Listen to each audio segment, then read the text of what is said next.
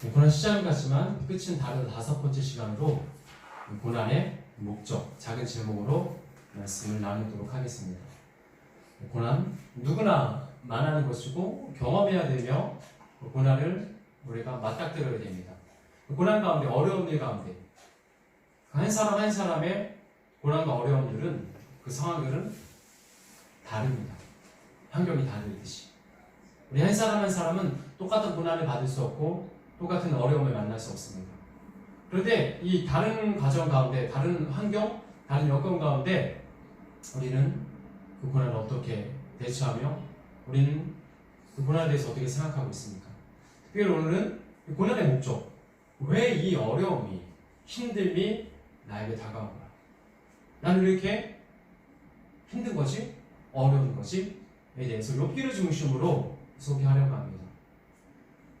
10대 때는 시간이 빨리 가지 않습니다. 좀 느리게 천천히 갑니다. 그런데 이제 20대 때부터 시작해서 30대, 40대 시간이, 어른들이 얘기하기를 나이에 비례해서 속도가 붙는다라고 얘기를 합니다. 20대가 다 되었을 때 어떻습니까? 20대는 건강이 있습니다. 건강이고 자고 일어나면 금방 피로가 풀리며 뭐든지 할 수 있다는 마음들이 있습니다. 물론 앞날에 대한 불안함은 있지만 그 불안함보다 기대, 내가 어떻게 살 것인가, 내가 무엇을 할 것인가, 나는 그런 좀 좋은 마음들이 있습니다. 30대가 되면서 점점 몸이 피곤해지기 시작합니다. 자고 일어나도 그렇게 개운하지 않으며 내 몸이 예전과 같지 않다라는 것을 알 수 있습니다. 그리고 또 내 몸이 내 마음대로 되지 않는 것과 마찬가지로 내 마음이 또 내 뜻이, 내 생각이, 내 계획대로 그렇게 되지 않는다는 것을 알아가게 됩니다. 40대가 되었을 때는 더더욱 그 어려움이 부담스럽게 우리에게 다가옵니다. 아직 50대가 되어있지는 않았지만 지금 20대, 30대에 생각하고 겪지 못했던 그런 어려움들이 앞으로는 더 작아지는 것이 아니라 점점 더 커질 것입니다. 커지면 커졌지, 그 어려움들이, 고난들이, 힘듦들이 커지면 커졌지 더 이상 작아지지 않는 것입니다. 그럼 이 상황 속에서 우리는 이 어려움들, 이 고난을 어떻게 생각하고 이것을 또한 어떻게 헤쳐나갈 것인지 우리는 곰곰이 생각해 봐야 한다는 것입니다. 욥기 1장에서부터 42장 이 말씀, 우리가 흔히 이런 말을 합니다. 힘든 일이 있으면, 어려운 일이 생기면 욥기를 묵상해라, 욥기를 읽어라. 저도 그런 말을 많이 들었고 읽었습니다. 그래서 예전에 어렵고 힘들 때마다 욥기를 봤는데 안타깝게 욥기를 보면 볼수록 더 답답하고 더 힘들어졌습니다. 왜냐하면 욥기가 이해가 되지 않는 것입니다. 욥기가 이 욥의 이야기를 풀어 나온 이야기들인데, 스토리인들인데, 그것을 보므로 내가 힘을 얻는 것이 아니라 오히려 더 이것을 보면 답답해졌습니다. 왜냐하면 내가 이것을 이해할 수 없고 분명히 하나님의 말씀으로 받았는데 하나님의 말씀으로 받기에는 너무 어려운, 또 너무 이해되지 않는 이야기들이 많이 있다는 것입니다. 욥기 4장에서 시작해서 욥기 36장까지는 어떻습니까? 욥과 친구들의 대화입니다. 엘리바스, 빌닷, 소발, 엘리후의 대화입니다. 그 대화들이 어떻습니까? 그 대화들이 이해하기 어렵습니다. 왜 이해하기 어렵냐면 서로 동문서답을 하고 있습니다. 그리고 그들의 대화들이 하나님의 말씀이 아니니까. 욥은 어떤 자입니까? 온전하고 정직한 자입니다. 욥기 1장 1절에 욥은 온전하고 정직하여 하나님을 경외함으로 죄에서, 악에서 떠난 자다라고 소개하고 있습니다.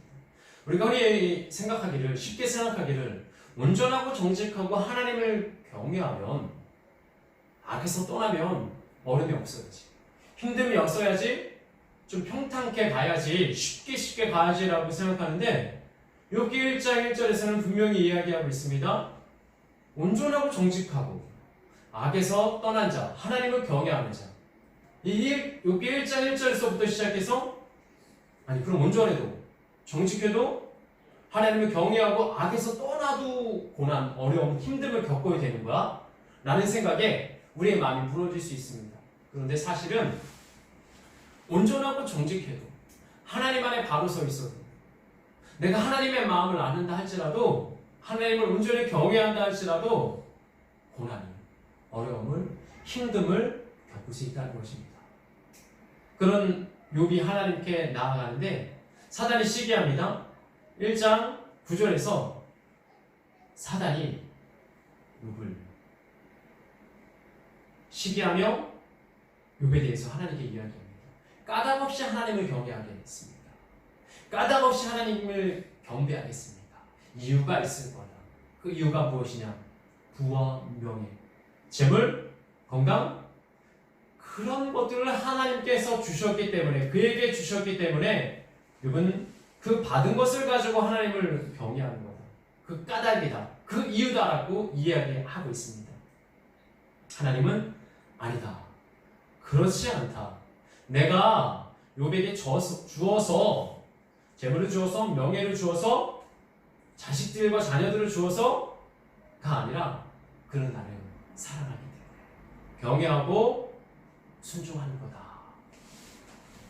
그래서 하나님께서 사단에게 욥의 고난을 허락해 주십니다. 이 욥의 고난이 시작됩니다. 욥의 고난이 시작되는데 어떻게 이제 시작됩니까? 발바닥부터 머리 위에 정수리까지 종기가 나기 시작합니다. 기와를 가지고 돌을 가지고 몸을 긁어댑니다. 옆에서 그의 아내가 욕하고 죽으라. 하나님을 저주하고 죽으라고 얘기합니다. 그건 무엇이라고 얘기합니까? 복을 주시는 분이 화를 주시지 않겠느냐 라고 하면서 버팁니다. 자기 생애를 저주하지만 그래도 버팁니다. 견딥니다. 자기 자식들이 다 죽고 재물들을 다 뺏기며 이 상황 속에서 그의 가장 옆에 있던 아내는 하나님을 저주하고 떠나라 죽으라고 얘기하는데 이 상황에서 하나님을 바라봅니다. 욥의 세 친구들이 이 소식을 듣습니다. 욥이 망했대더라. 욥이 이제는 끝났다더라. 4장에 시작됩니다. 그 친구들이 와서 욥의 모습을 보는데 소리 높여 울며 한탄하고 7일 동안 먹지도 마시지도 않으며 죄를 머리에 뒤집어 쓰며 나갑니다. 7일이 지나 욥에게 천천히 차근차근 얘기합니다. 욥기 4장에서 36장까지의 질문은 무엇입니까? 욥, 당신은 죄를 지어서 벌을 받은 것 인정해. 욥의 대답은 무엇입니까? 아니다. 내가 이 어려움과 고난을 겪는 것은 내 죄 때문이 아니다. 4장에서 36장의 대화가 그것입니다. 죄를 지어서 그렇다? 아니다. 우리가 하나님 앞에 나올 때 어려움을 만났습니다. 힘듦과 고난을 만났을 때 옆에 있던 사람이 야, 너 회개해야 돼. 너 그러니까 죄 지으니까 그렇게 잘못한 거지. 그러면 우리 마음이, 내 마음이 얼마나 아프고 찢어지겠습니까? 알겠습니다. 이렇게 4장 7절에서 죄 없이 망한 자가 누구냐? 죄 없이 망한 자가 누구냐? 즉, 욥 당신은 죄를 지어서 망한 거다 인정하라 라고 얘기합니다. 욥은 아니다. 내 죄 때문에 그런 것이 아니다. 다시 욥기 18장 19절 말씀에서 너가 예전에는 광명이 있었지만 이제 흑암으로 갔다. 너는 세상에서 쫓겨나 너희 후에도 자손들도 없을 거다. 자식이 죽은 마당에 내 사랑하는 자녀들이 죽은 마당에 위로해주지 못할 망정 너는 광명에서 흑암으로 갔으며 세상에서 쫓겨나 지금 너의 자녀들이 죽은 것처럼 앞으로도 남을 자가 없을 거다. 이게 나만 욕하지. 나에게 화가 안 내지. 왜 내 가족까지 건드는 거야? 내 죽은 후에 자식들까지. 그리고 앞으로도 넌 자식이 없을 거다. 욥이 너무나 귀찮지. 너무나 마음이 어려워집니다. 소발은 어떻습니까? 20장 7절 말씀에 그가 와서 더 자극적인 말을 합니다. 자기 똥처럼 영혼이 망하죠. 친구였는데 어려움 당한 욥에게 와서 하는 말이, 아기는 자기 똥처럼 영원히 망할 것이다. 아니 어떻게 그 친구를 똥에 비유하면서 그 더러움에 냄새남에 비유하면서 망할 것이라고 얘기할 수 있겠습니까? 위로해 주지 못할 망정 그렇게까지 해야 됩니까? 근데 욥은 그렇게까지 그런 말을 들으게 됐습니다. 이런 이야기들을 풀어 헤친 것입니다. 욥기의 중심에 있는 가장 많은 장이 이것을 이야기하고 있습니다. 욥의 세 친구 이후에 엘리후라는 가장 어린 연수한 자가 옵니다. 그도 역시 욥에게 말합니다. 그런데 엘리후가 더 고약하고 더 못된 것은 무엇이냐면은 직접 얘기하는 것이 아니라 돌려서 얘기합니다. 슬기로운 자, 지혜로운 자, 당신의 말을 들은 자가 왔을 때 그 이야기를 듣고 당신에게 당신은 무식하다, 당신은 지혜 없다가 말할 것이다. 아니, 직접 얘기하면 되는데 둘러서 다른 사람이 들었으면 그 지혜로운 자, 슬기로운 자가 당신은 무식하다, 지혜 없다고 얘기할 것이다. 둘러서 얘기합니다. 욥기 31장에서 욥은 듣다 하다 그가 말하기를, 내가 만일 죄를 지었으면 난 죽을 것이다. 나는 양심, 죄에 대해서 하나님 앞에 서 있다. 나는 하나님 안에 서 있고 내 양심은 바르다. 나는 과부를 무시하지 않았으며 나는 가난한 자를 학대하지 않았다. 내가 만일 그들을 학대하고 그들에게 죄를 범했다면 나는 손이 잘릴 것이고 저주를 받아 죽을 것이다 라고 내 결백을 증명하지만 그 친구들은 욥을 이해하지 않습니다. 욥을 위로하지 않습니다. 욥도 답답했을 것입니다. 이상한 하나님, 내가 왜 이 어려움을 당해야 되고, 내가 왜 힘듦을 당해야 되고, 내 가족이 왜 죽어나가야 되고, 내 가족이 나를 왜 욕해야 되며, 내 친구들이 와서 나를 똥 같다고, 나를 무식하다고, 나를 경멸하고 무멸해야 됩니까? 라고 그는 하나님께 물었을 것입니다. 그때 하나님께서는 무엇이라고 욥에게 대답해 주셨습니다. 욥아, 너가 받은 고난은 이것 때문이야. 너희 죄 때문이야? 너희 어리석음 때문이야? 그렇게 하나님께서 대답해 주셨습니까? 그 대답은 나오지 않습니다. 차라리 내가 어려움을 당하는 이유를 알았습니다. 차라리 내가 이 고난, 힘듦을 겪어야 되는 것을 이유를 알았습니다. 내 몸의 약함을, 내 마음의 약함을 좀 알았으면 시원할 텐데, 이해했으면 좋을 텐데, 시원할 텐데 대답해 주지 않습니다. 오히려 욥기 37, 38, 39장에서 하나님은 욥에게 터무니없는 질문을 던집니다. 대답할 수 없는 40가지의 대답을 던집니다. 욥아, 구름의 번개로 너가 번쩍거리는 것을 아느냐? 구름에 있는 번개로 천둥 이 번쩍거림을 아느냐라고 질문 던집니다. 욥은 대답하지 못합니다. 또 38장에서 너가 우박 창고를 아느냐? 우박을 모아둔 창고를 아느냐? 욥은 대답하지 못합니다. 또 38장에서 묘성을 내가 묶으며 삼성을 너가 풀 수 있느냐? 묘성은 무엇입니까? 오는 자리에 가까이 있는 황소자리 근처에 있는 500개의 작은 별들입니다. 그 500개의 별들을 묶을 수 있느냐? 세 개의 별을 끊을 수 있느냐? 아니, 이 대답을 어떻게 합니까? 욥이 어떻게 하고 우리는 어떻게 할 수 있겠습니까? 타조가 자기 새끼를 낳았을 때 남의 새끼 마냥 학대하고 그렇게 함부로 대하는데 이유를 아느냐? 내가 지혜와 총명을 주지 않아서 그렇다. 아니, 갑자기 하나님, 내가 왜 이 어려움을 만난 거예요? 내 왜 가족이 죽으며 친구들이 와서 욕을 하며 내가 이렇게 힘들고 어려운 상황을 왜 겪고 이런 것들을 왜 만나야 됩니까? 라고 하나님께 기도했는데 하나님께서 단 한마디도 대답해 주지 않으셨는데 오히려 내가 대답할 수 없는, 내가 이해할 수 없는 많은 가지 질문을 던지십니다. 단 한마디도 또 역시 대답하지 못합니다. 우리의 모습이 그러지 않을까요? 하나님, 지금 내가 받는 이 고난을 좀 알려주시옵소서. 지금 내가 이 어려움을 만나야 돼요? 내가 이 아픔을 가지고 나가야 돼요. 하나님께서 욥에게 욥기 40장 2절에서 트집 잡는 자가 전능자와 다투겠느냐?